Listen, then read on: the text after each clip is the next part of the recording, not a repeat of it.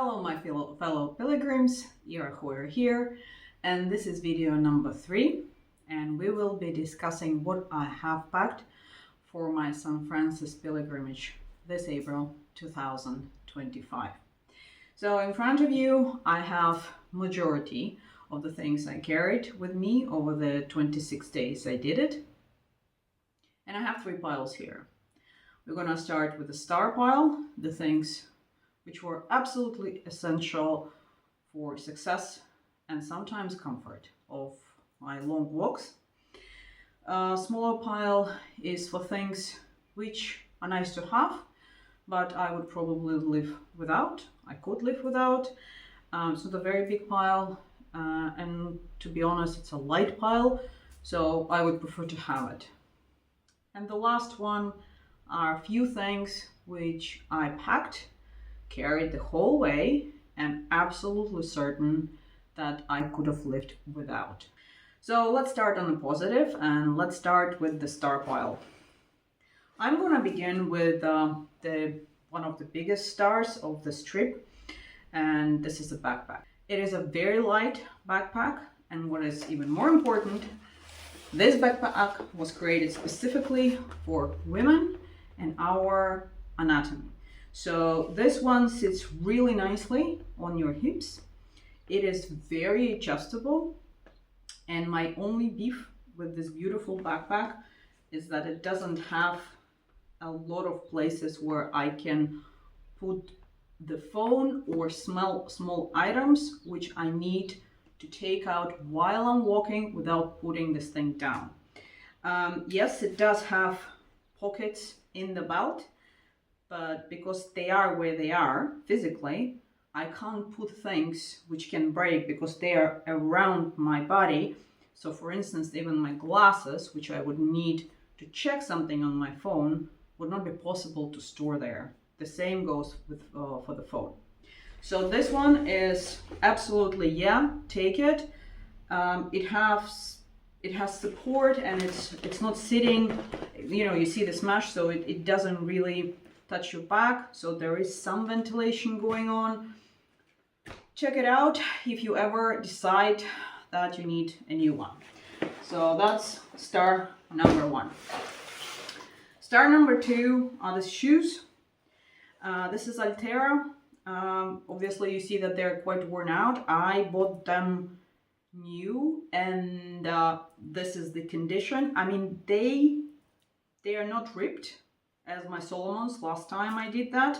The only damage I see is on the heel inside, but I can still wear them. Of course, the grip on the soles are now worn out, but I can still wear them when I walk with my dog. The biggest thing about the shoes is the wide toe box, and they're very, very light.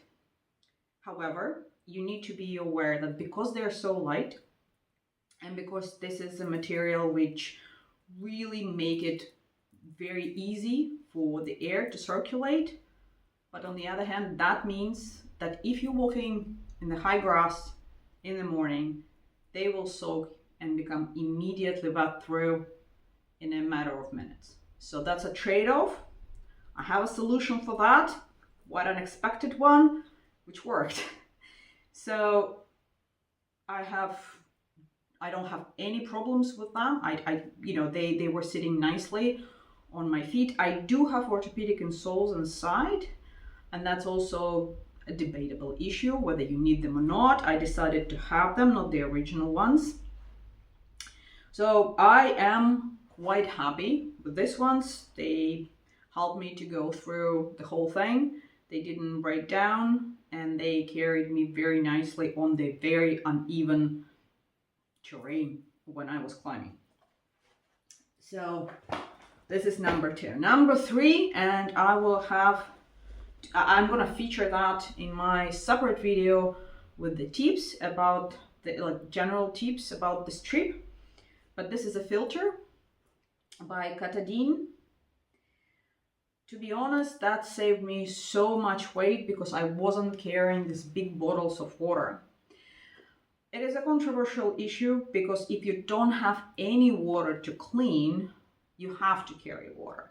But because I was in the mountains with natural springs, I also saw fountains with the water which was marked non-drinkable. That helped a lot. It comes in several sizes. This one is 0.6 liter. There's a bigger one, very light, and I think that it's 1,000 liters on one filter, which is quite a lot. So this one helped me tremendously. So I was using two types of socks, Silverlight, which are this, and a normal Falke, which are higher. And I encourage you guys to not to save money, because the higher socks cost more, but you have actually an ankle support with the higher socks. So this are really, really nice. I had zero. Honestly, I had zero issues, zero blisters. I did not tape any parts of my feet. I didn't use under socks, the silver ones. I had zero problems with my feet over these 26 days of everyday walking, on average 20 kilometers. So these are really nice, comes highly recommended. Now, in terms of clothes, I'm just gonna mention this long sleeve. This is Helly Hansen, but you can wear any long sleeves you like. And the reason I want to mention that is that actually it was bought for sailing. It dries up super quickly, which is very convenient because it's not often that you can dry it outside. And sometimes you would come in and, believe me, you're going to be soaked wet with dust sweat. You're going to be stinking like a pig. So you want to change that. You want to wash every day. So I have two of this, and I was interchanging. I would come into the hostel, I would wash it. If I can dry it outside, great. If not, it will still dry even inside till morning. The reason why I truly believe that it should be a long sleeve and also not shorts but pants, besides the sun, it is the insects. You're walking a lot through the trails in the mountains, through the forest, through the tall grass. You don't know what kind of insects are there and how harmful they can be. I don't want to take this chance. And on top of that, I don't want to carry a lot of sunscreen and cover myself with sunscreen every day. So I would discuss a bit sunscreen later, but for now, long sleeves prevents anything on my upper body, and longer pants, very helpful for my legs. In terms of other items of clothes, I am the person who usually likes to wear capes, and this is the very simple. I think it was bought in Decathlon. It's like just a cape. Some people don't like. I mean, it's quite thick. Some people don't like it and prefer jackets. It's up to you. I don't want to cover my backpack with the cover and then the straps will be wet. So what I do is I put that on top of my backpack, and basically I'm walking in a tent. Very convenient. I would use the baseball cap to cover my face from the rain, and then it has quite big dimensions, so it literally covers me till my knees. That was very helpful. Another item is the fast dry towel. Now, when you're staying in the hotels, obviously you would be given towels, but in a hostels, a lot of times they wouldn't, or you would need to pay extra to get a towel. So that again, lifesaver, dries extremely fast. This comes from my swimming days, and you know, there are tons of them on the internet, and it doesn't have to be expensive at all. Another thing which I really find extremely helpful, actually those are my cycling gloves. I don't like gloves which are covering completely my fingers, so these helps you to walk with the stick, using the walking stick, and you would not have any blisters. This is number one. And number two advantage of them is that they actually covering your hands, the skin, so it will not be exposed with the sunlight. Because they're quite short, maybe you would even notice here on the video that the fingers are much darker than this area. And then I have a tiny spot between the long sleeve and the glove, which was exposed to the sun and became completely brown, despite the fact that I put some sunscreen there. So this really helpful. I mean, in the morning it can be chilly, so that helps because it's sort of a glove. And then it was very comfortable to grip my walking stick with them as well. So that's that. Now, this is an absolute must. I would not be able to perform descents which I performed without this. And I'm specifically mentioning descents because when you're going up, you can fall flat on your face, but you still have the hand to stop yourself from falling. You can grab things because they're close when you're climbing up. When you're going down and the surface is extremely uneven and your foot is constantly balancing, that was a lifesaver. Now, some people use two of them. I don't. I just need one point of stability when I'm walking, because then I would help myself with the strength of my upper body to step up, or use it as a balance tool when I'm walking down. So these are very simple ones, bought on Amazon. I don't really think that I would recommend specifically that, but I absolutely recommend that you would have at least one of it. The problem with walking sticks is that when you're traveling light, you cannot put this in the luggage which goes into cabin. That means you would have to, if you're traveling with the plane to your destination, that means that you would have to have luggage and you would have to pay for luggage, even if your backpack is quite small. And now I have a couple of smaller things which I think everybody would think about taking, but probably not putting too much thoughts into the smaller items. The first one is sunscreen, and that was non-negotiable for me because I want to protect my face, the skin on my face. Well, you can say that I'm vain, but I need that. But at the same time, I wanted something which is also a moisturizer, because your skin is exposed every day for a very long time to the elements. So the CeraVe one is a facial moisturizing lotion with SPF 50. It's affordable, and I mean affordable. It lasts longer because I was using it only for my face, and it combines two things: moisturizing with peptides and the SPF 50. That was very, very helpful. Now, electrolytes. Those were extremely helpful. I do use magnesium in the evening, and I did at least twice a day. I would drink electrolytes. Up to you which brand you choose, but take them. It does make a difference, because sometimes when you drink just water, it's just not helping.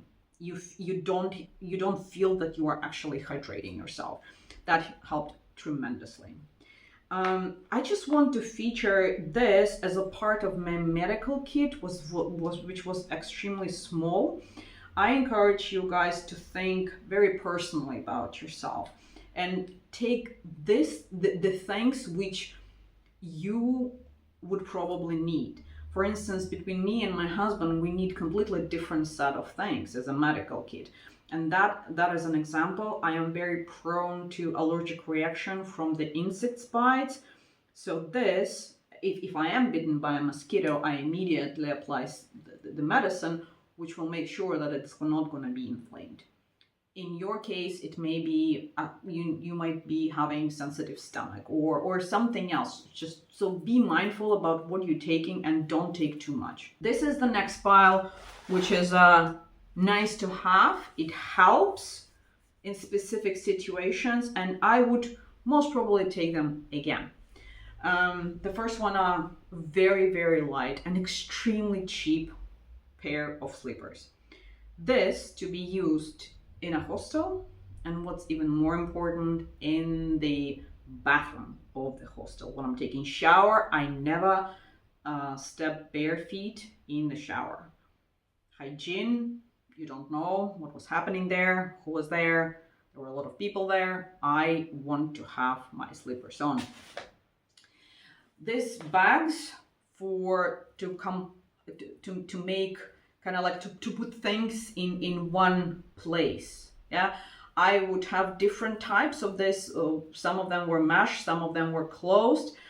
Up to you, up to your preference. And that is really helpful when you packing bag things in the backpack, because otherwise you will be looking, because smaller things will fall down and you would be kind of like going through it, and it's very irritating. I would pre-pack these things and then I would stock 3 or 4 of bigger ones in my backpack. It takes much less time and less efforts.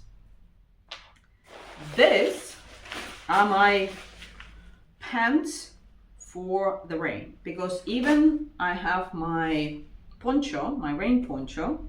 When you're walking in a normal pant, poncho does not prevent your pants getting soaked. So when it was heavy rain, I would just wear that with my panties, nothing under it. It is not breathable for sure. However, it was much nicer feel for me knowing that I'm not wet through. Now, why I put it nice to have, but I would probably take it again, not this pair, because this is heavy. This is 300 grams, 350 grams. I would find something lighter. Probably gonna be more expensive, but I would find something lighter. So this are quite nice. This also have reflection. I mean, it wasn't very necessary. However, this is one thing which I actually forgot, is to take something to put it on my backpack when I was walking on the road or in front. I was using my glass because they did have also reflection a bit, but it's not enough. This is a very interesting solution for when you're walking in the morning in wet grass. So as I said, my sneakers became wet in minutes. I would say in seconds. So in order to prevent that, I used my covers for my cycling, for my winter cycling, and you just put it on top of the shoe, close it, and walk. Of course, you see that there are this rubber things, which if you wear them on the stones, it will break very, very fast. However, it didn't. I used them maybe 5 times. It didn't break, and it cost me almost nothing because I bought them in Aldi. So really helpful as a tip. And the last one in this pile, this carabines. Again, you can mount a lot of things on this backpack, but this small ones, very, very helpful.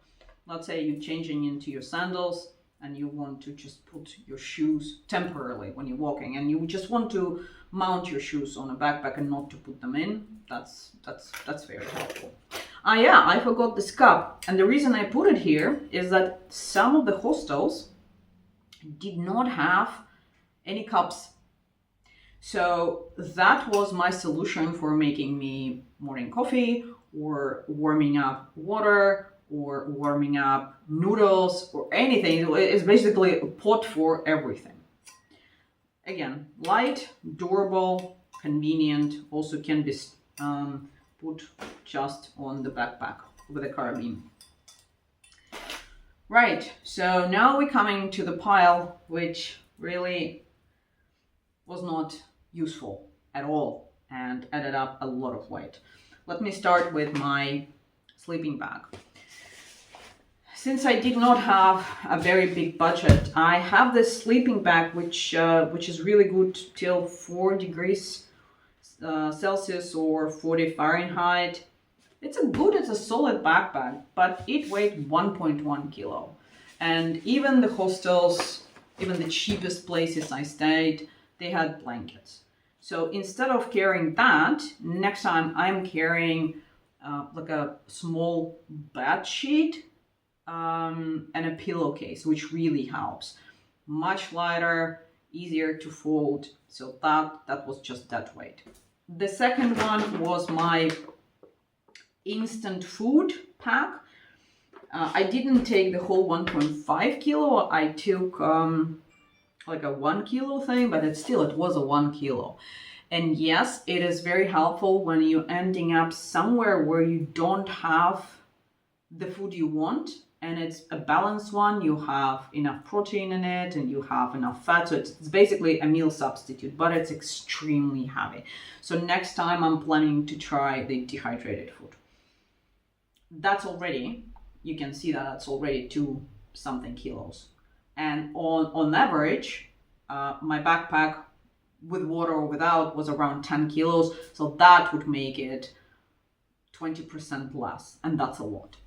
And the last thing I want to mention is this time I opted for this kind of small things to carry, the shampoo and the body wash. And I didn't do this in Spain, and I think that was, I'm sure that was a mistake. So usually I would just carry a soap and use it as a body wash, as a hair wash, as a clothes wash, as everything wash. And you can take the smaller part of the big soap or just buy a smaller soap.